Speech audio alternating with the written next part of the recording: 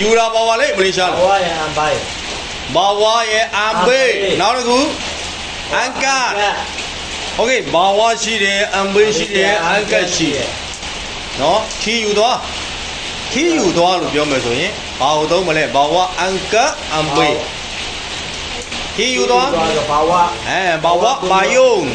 ဘာဝဘာယုံနော်ထီးယူသွားဖုန်းယူသွားဆိုရင်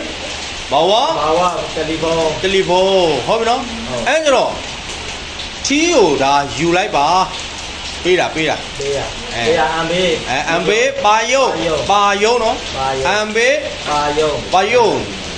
ထီးယူလိုက်ပါဒါကိုပြောတာဟုတ်ပြီနော်အဲ့မှာထီးကိုကောက်ယူခဲ့အန်က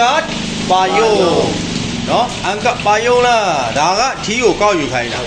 ရိုးပေးလိုက်တယ်ရော့ဒါမင်းထီးကိုယူသွားအမ်ဘေးပါယုံလား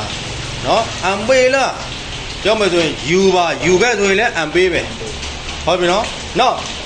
ယူသွားခိုင်းတာဘာဝယူခိုင်းတာ